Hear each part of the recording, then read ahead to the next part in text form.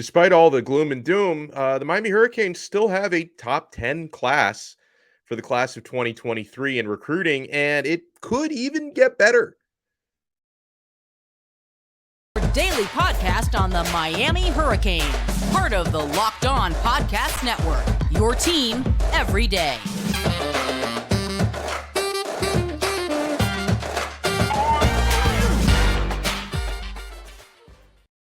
I am Alex Donno, your host. I'm a University of Miami alumnus, longtime South Florida sports radio vet, and contributor to allhurricanes.com. Thank you so much for making Locked On Canes your first listen today, part of the awesome Locked On Podcast Network, your team every day.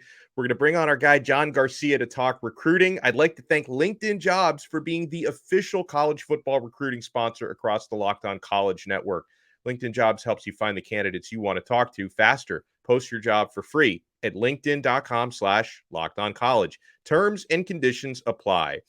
As we bring in John Garcia, he's the director of football recruiting for Sports Illustrated. So, John, obviously a lot of Hurricanes fans are just a little bit uneasy because when the losses keep piling up and you've got a top 10 class verbally committed, I don't know. It seems to me, if I take what these recruits are saying at face value, that I'm not really concerned about any flips right now. Am I being too optimistic on that?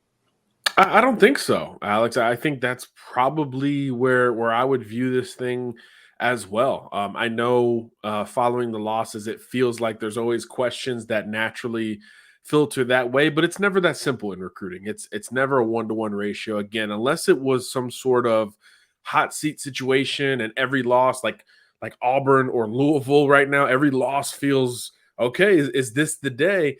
If it was a situation like that, yes, you should probably take a lot more worry and concern for a one-game sample. But with a first-year staff, it's just not going to be the case. This has always been about, in terms of what they've sold these recruits on, it's always been about the long term, right? The long road to bringing the U back. And we really haven't seen a whole lot of contention from other programs with this current group of Miami verbal commitments. The elite players are going to still receive phone calls, right? Francis Mauigoa, Jayden Wayne, guys like that. You just expect Jaden Rashada, to have their phone ring. Certainly, that's a part of the game. Robbie Washington was probably the most interesting one at one point regarding Louisville. But that has all seemingly died down. And most of the kids themselves have conveyed a similar message, right? I know Antonio Tripp has been maybe the vocal leader and, hey, everything's is still fine for the future here. He even teased maybe another new commitment jumping in here soon. I'd be curious to see who that may be. But, the Washington brothers have been pretty outward on how committed they are. Same thing for Ray Joseph, who was a flip to Miami from Clemson. So, that part of the conversation with kids who have already changed their mind always kind of picks up this time of year as well. But it does seem like most of these Miami commitments are pretty darn solid. The O-linemen have all said the right things from Kinsler through the IMG crew as well. Robert Stafford's another one who's vocally, confirmed, hey, we're good. Everything's about the U at this point. So I wouldn't be too worried about Miami losing commitments at this point. Still some concern about gaining some more, getting over 20 and filling some needs that are still out there. But in terms of the current group on hand, I think the majority absolutely stay with the U. When I like what you said about, not having a coach or a coaching staff on the hot seat, you mentioned a place like Louisville where that seems to be the case right now with Satterfield. And, there are a couple of guys who in the summer we thought were Miami leans who ended up committing to Louisville. So now, like, you look at someone like William Fowles, the wide receiver, and Stanquan Clark, the linebacker. Do you think now Miami is kind of upping their efforts with players like that again? Yeah, 100%, right? It works both ways. And I think any great recruiter would tell you that. And obviously Mario and this staff have been known to be great recruiters at various places that they've been. So yeah, when the door opens, you certainly inquire at least, right? I know with Stanquan Clark, there was always communication. I think with William Fowles, it was a little bit more up and down. I'm not sure if Fowles has visited Hard Rock this season. I know Clark has been to a couple games, so he's probably the more likely of the two. But with William Fowles in the receiver position, that's one where it looks like it's got to be a flip, right? I mean, a lot of the targets Miami is considering are committed to other schools. So I think that the flip game will have to be kind of the avenue there, barring something that we don't really foresee at this point. But yeah, the hot seat programs are always worth circling back on, right? Auburn and Louisville hot right now. Obviously, Nebraska, Wisconsin have already made coaching changes. There could be some more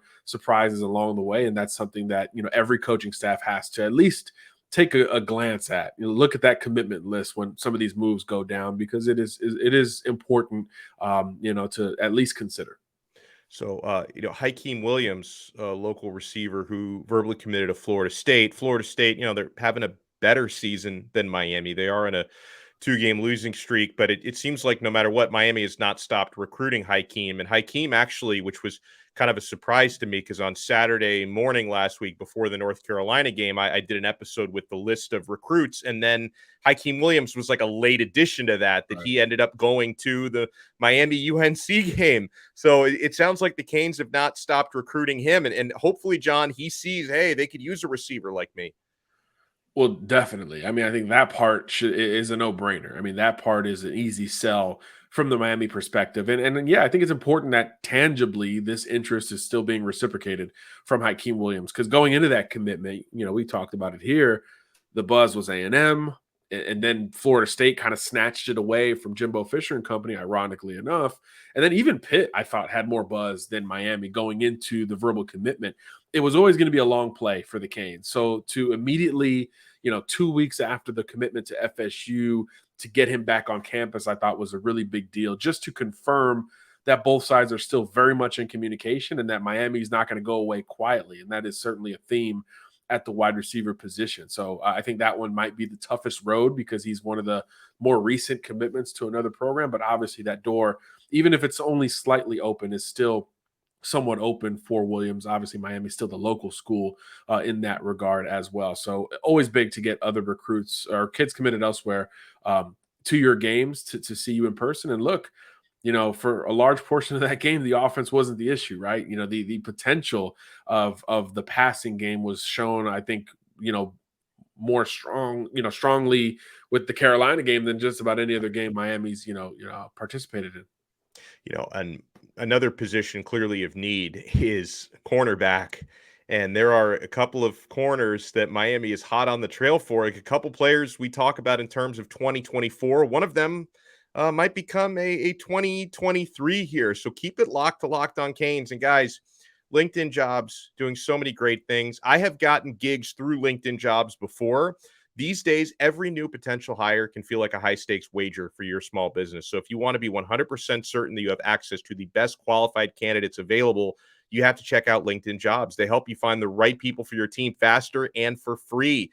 You add your job and the purple #hiring frame to your LinkedIn profile to spread the word that you're hiring. Then simple tools like screening questions make it easy to focus on candidates with just the right skills and experience, so you can quickly prioritize who you'd like to interview and hire. It's why small businesses rate LinkedIn Jobs #1 in delivering quality hires versus the leading competitors.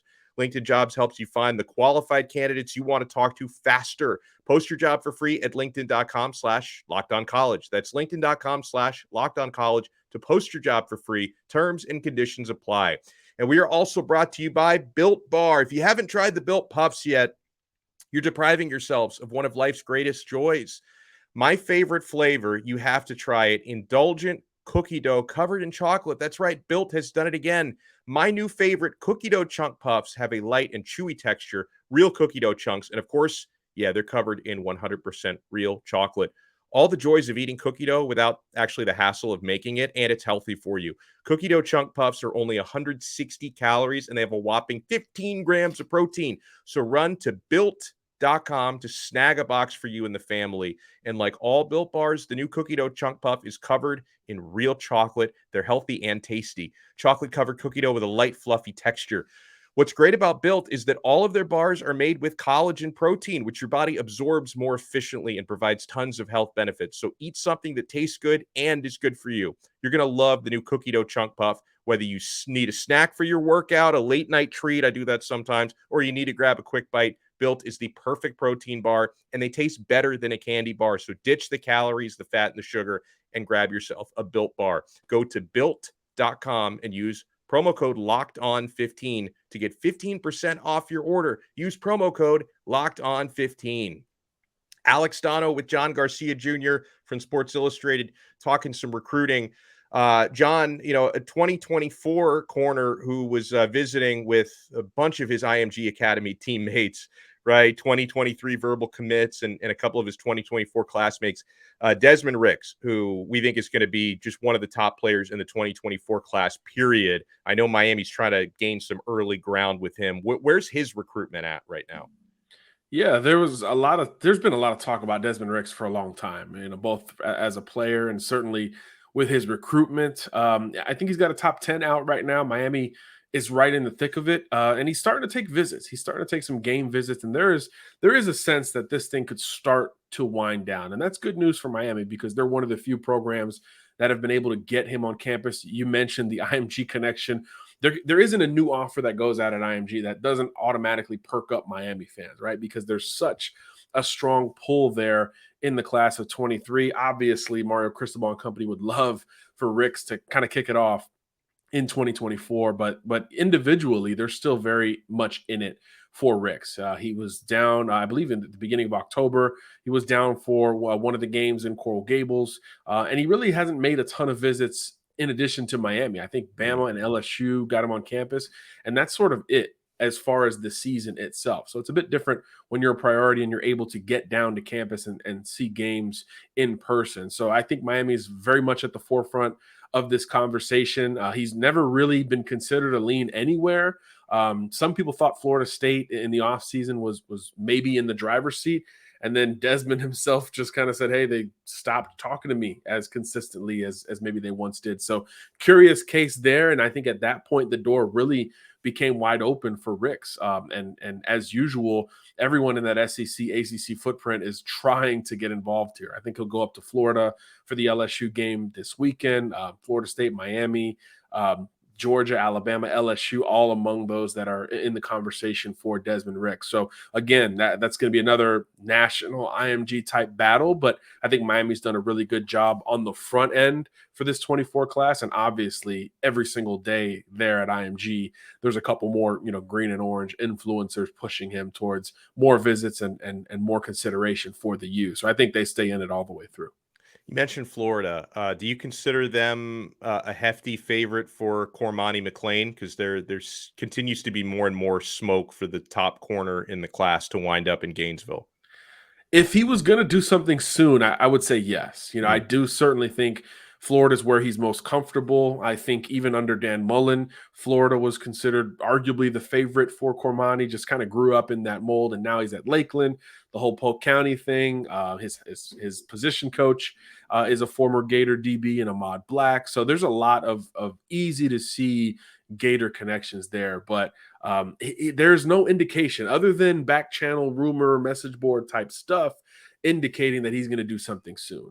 He is supposed to be back at Florida this weekend. He did cancel an Alabama official last weekend, so I think that has Florida confidence maybe at an all-time high in regard to landing Cormani, but there's nothing that he has said about, hey, I'm going to make a decision here soon or before the end of the season. So I think with the reserved kind of introverted mentality he has, he's probably going to wait it out, and he probably reschedules that Alabama visit anyway. So I do think that is still very much a long road ahead for Cormani in terms of where he's going to end up in the end. But Florida and Alabama are going to stay in the thick of it. And then Miami's kind of the dark horse. Miami has hung around, has surpassed Georgia in this conversation, which is something that some did not expect at the end of the day. So the longer it goes, the better for Miami and conceivably Alabama as well. So as long as you're in the race there, you feel like you got a puncher's chance. And for the number one corner in the country, that might be all it takes to stay in the race. So I expect Miami to try to move up as much as they can, because obviously there's a huge need there. So another corner he's going to be a Cane. It's just a matter of when, not if, is Antoine Jackson. So he's a Miami commit, and he's been considered class of 2024. Now there's a lot of buzz about him actually reclassifying to 2023. Now, from a Miami standpoint, that would be gigantic. This is a 4-star player, really good player. Miami's got the 10th ranked class right now, according to 24/7 composite. They'd probably, maybe move up a a spot if he reclassifies? A, do you think that is going to happen, that he reclassifies? And B, if he comes a year early from high school, is he ready to play right away? Yeah, two great questions, Alex. I think for the first one, look, it seems likely, right? There's the rumors have really, increased, I would say, in that regard over the last week to 10 days. I know he has even somewhat addressed it on social media, almost trolling himself in that regard, because there was a group of edits sent out to the 2023 Miami commits that they all posted. Jackson was among those to receive those edits. So he posted it, and others were like, hey, only 2023 kids were tweeting that out. So there's a lot of, clear and tangible momentum for a potential reclassification. It's always easier said than done, though, right? From an academic standpoint, how much can he accomplish here in the next, 6 months or so to get on campus and load up that spring semester before maybe arriving in the summer months?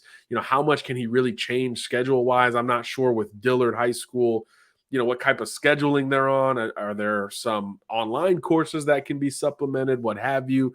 All that stuff is really tough logistically to figure out, which is why we don't see a lot of reclassifications. But this is the time of year where those rumors pick up. I know there's a couple big name recruits in 24 that are we're hearing a little bit of reclassification rumors surrounding. So he's not the only one, and this is the time of year where it kind of ramps up. So I do think that it's something that is more likely than not, although clearly there has to be a lot of shuffle and changes to his schedule in the new year in order to make it academically there on time. But it appears as if it's a possibility. And then in terms of his ability, look, 6'1", 175, comfortable, mature cover player.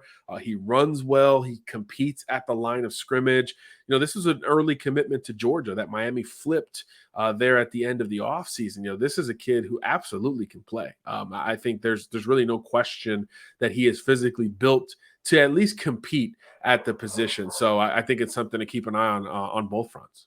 Love that. I got to ask you about one of the usual suspects. We have to keep the streak alive. Oh, and actually, I'm glad I'm bringing up Samson Okunlola because today is his birthday. I wished him a happy birthday on Twitter. No answer. I don't know if that's a good sign or a bad sign in his recruiting. At least not an answer as of right now. Maybe I missed it. I mute my notifications, but the fact that a Miami account wishes him happy birthday, no answer. I don't know what that means, guys.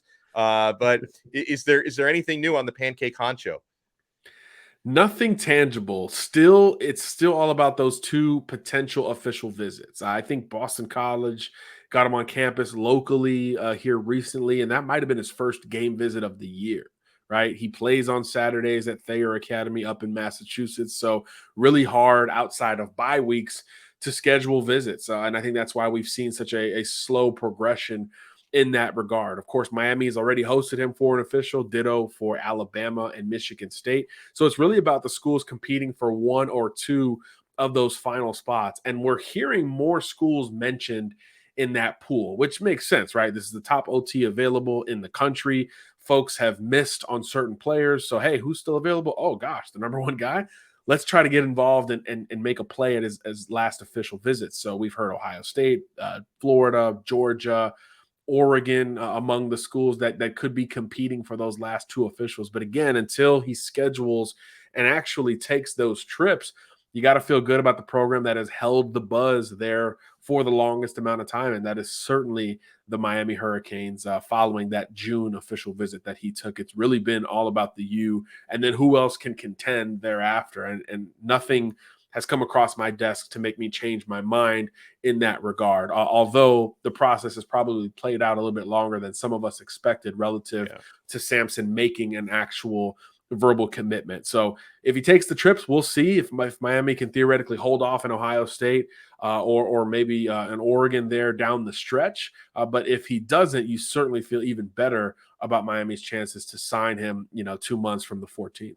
I love it. Make sure you're reading John's work in Sports Illustrated. He's the director of football recruiting, and follow him on Twitter at John Garcia _Jr. John, thank you so much for the time. Always a pleasure, Donald. Thanks for having me. Our pleasure. And guys, make sure you're checking out Locked On ACC every day. I'm going to be on the Thursday episode, as I am every week, with Candace Cooper. It takes you around the ACC in 30 minutes or less. Thank you for making us your first listener. In today's case, your second listen, because this is our second episode of the day. Too much content. My head's going to explode. We'll talk to you next time here on Locked On Canes, part of the awesome Locked On Podcast Network, your team every day.